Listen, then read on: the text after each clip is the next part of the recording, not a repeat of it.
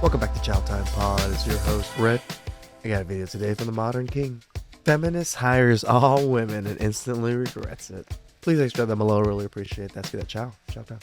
I have a team of people. Everybody who works for me right now are men. I've noticed if I hire someone and they're female, I have to be careful about how I talk to them, even giving criticism. And maybe it's me, but I feel like I have to be a little bit nicer, or a little bit more gentler. Whereas with a dude, I can be like, can you just not do this again? And they're like, yeah, no problem, won't do it again. But if it's female, I'm like, okay, you did like this a little bit wrong. Here's how to do it a little bit better. Overall, you're doing a great job. Everything's fine. Please don't be upset. I was a man, and I'm not a man, but if I was a man, I wouldn't hire a woman. I wouldn't do it. And I say it all the time, and I say that, and that is something that women need to consider when they're talking about this stuff. When you are saying that a man complimenting you and saying, I really like your outfit today, is a form of sexism.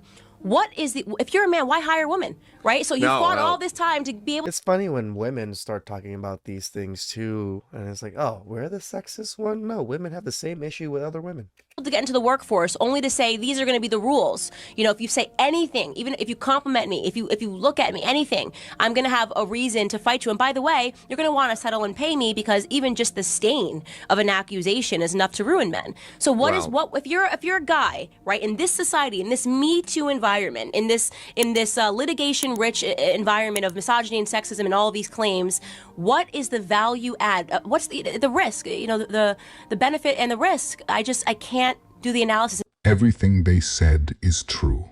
They're much harder to work with, and also much riskier to work with, because of the fact that one of them can simply say you did something that you didn't do, and that alone is enough to have very serious consequences on your life. Protect yourself. Did you know 60% of male managers say they are uncomfortable working alone with a woman out of fear of complaints of sexual harassment?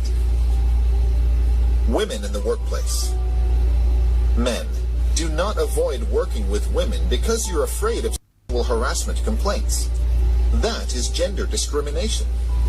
To avoid sexual harassment complaints, do not sexually harass people. What she doesn't realize is that you can get a complaint despite not doing anything. Remember, a lot of these Karens, just because you don't pay them attention and you don't want to associate, them outside of work, they get upset and say certain things that get you in trouble either way. To gaslight them into thinking it's wrong isn't going to make them change their mind. They would rather be safe than sorry. A paper came out recently that looked at the impact of the Me Too movement on academia, and it actually shows that post-Me Too, women's productivity fell largely due to fewer collaborations with male researchers. The paper shows that this drop is most pronounced at universities where the perceived risk of harassment accusations is highest. So the actual findings comparing research before and after the movement are right here. And as you can see, after the Me Too movement, collaborations with male researchers inside the same institution fell to close to zero. The author points out that men feel like if they accidentally say the wrong thing, they could be canceled or fired. She also notes that institutions that have clear policies on harassment help reduce this perceived risk. And this isn't just in academia. The paper also cites a 2018 study which showed that 60% of male managers are uncomfortable participating in common activities with women due to the same concerns. And a curious finding of the study was that men make up for the loss in this collaboration by just collaborating more with other men, whereas women don't make up for it at all. The author concludes her findings by saying that Me Too was important for raising awareness, but it's also increasingly important for institutions to have really clear sexual harassment guidelines. Men don't want to be constantly walking on eggshells, hoping they don't get fired just because a woman didn't like something they said. So remember, if it's clear guidelines, it's a difference. But no, women just get to say, oh, I am uncomfortable because he's blah, blah, blah. And all of a sudden we're in trouble just because they feel uncomfortable. Obviously, the natural response is to avoid them to prevent that from happening altogether. I used to work with all men, and people would always be like, oh, you must get hit on all the time if you work with all men. But what I had to explain was that actually in settings where it's like 70% men, 30% women, the women get hit on all the time. But in this case, I was literally the only woman on a 20-person team. And in those cases, the men just act like there are no women there and they ignore you. Yep. At least that's what I told myself. We talked for a moment about MeToo. You've rejected the idea that we should always believe the victim in a rape Well, that's accusation. obvious. That's Yes. what happened in the lynch cases in the 1950s in the United States. The victim was always believed. Yes, and I was going to say that's fair enough. But why not accept the situation as being the victim deserves to be treated as if she's telling the truth in our attempts to get at the truth, and in doing that, we do our best not to re-victimise her. Because that isn't how the adversarial system works, and I don't think But that we why have not advocate for that? Because the rather than adversarial system is a very effective judicial system, and it's certainly the case that among crimes that are falsely reported, crimes are at the top of the list. So there is no believing the victim. There's no reason for people to assume that when they enter the criminal justice system that they're going to be treated with kid gloves or treated easily. Yeah. Since the Me Too movement, I would never recommend any man to be speaking to any one of his colleagues because it comes at a huge risk. If she likes your advances, it's going to be all fun and games. If she doesn't, she's going to be at Karen and HR in the morning, and you're losing your job. But they're telling you about workplace misconduct and inappropriate behaviour and stuff like that because You're making her it's been changed so uncomfortable. far, and men have to protect themselves. And you know, I think. But isn't that hypocrisy? Why is it that if a woman fancies you, your advances are okay, Yeah. but if she doesn't fancy you, It's because then it's deemed as something that is negative? it's because Does that mean that we've forgotten how to have discernment as yes, women?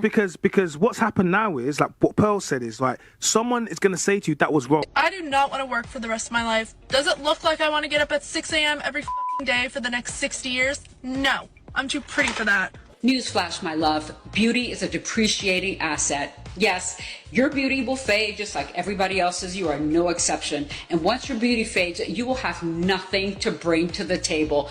And once you don't have anything to bring to the table, the people that were giving you stuff because you were beautiful will take all of it back and you will be left with nothing, including no self-esteem. So instead of relying on your beauty to get ahead, why don't you go out there and get a damn job, get some skills, get some education, so when your beauty does fade, you have something to stand on, because relying on your beauty is a short-term play. Why are all men trash? I ordered this coffee, sit outside on a bench to wait. On the bench next to me, there's a pretty attractive guy my age. Suddenly, his How do you know 6-year-old if dad he's appears, and he's your the son age? goes inside. Okay, the dad looks at me and goes, "Hi, hi." Says something creepy like, "You're the essence of Easter." Okay. Son comes back out. They're talking a little bit. Dad continues to talk to me. Stop. As they're leaving, the dad looks at me and goes, "Bye." You are a dirty, dirty dog. What's crazy is so many women that are hitting the wall have so much to say about how men approach them, but then if men are not approaching them, then that's also a problem. Yep. It's like men need to court me, men need to lead, men need to make the first move, but when they do, then they're called pieces of shit. And this is a perfect example. Why is he a piece of shit? Because the way that you wanted him to approach you, the way you had it conjured up in your brain, because he didn't read your mind on how you wanted to be approached, now he's trash and all men are trash. Make that make sense. Isn't it crazy that they have this fantasy? Almost every man they meet, they have this somewhat fantasy. And if we don't meet those fantasies, they're trash, right? It's so crazy to think they live on such a delusion that men have to meet these criterias or not. Most men will never meet these criterias of, you know, gallanting fucking white knights on a fucking noble steed. Just at a point where I don't even think that women understand what the fuck they want, because if men don't approach them, it's a problem. But then when they do, that's also a problem.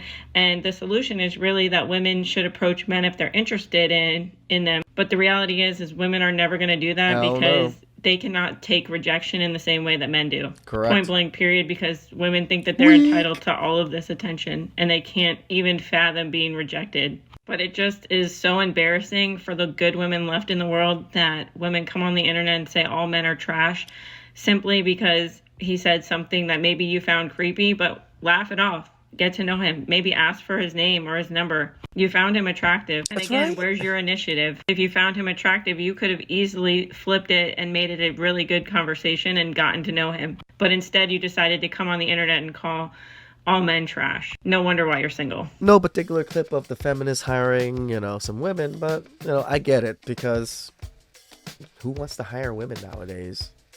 They're not great employees. We can tell by all of the stupid videos they put up of themselves. Please subscribe down below. I really appreciate it. Catch you guys next time.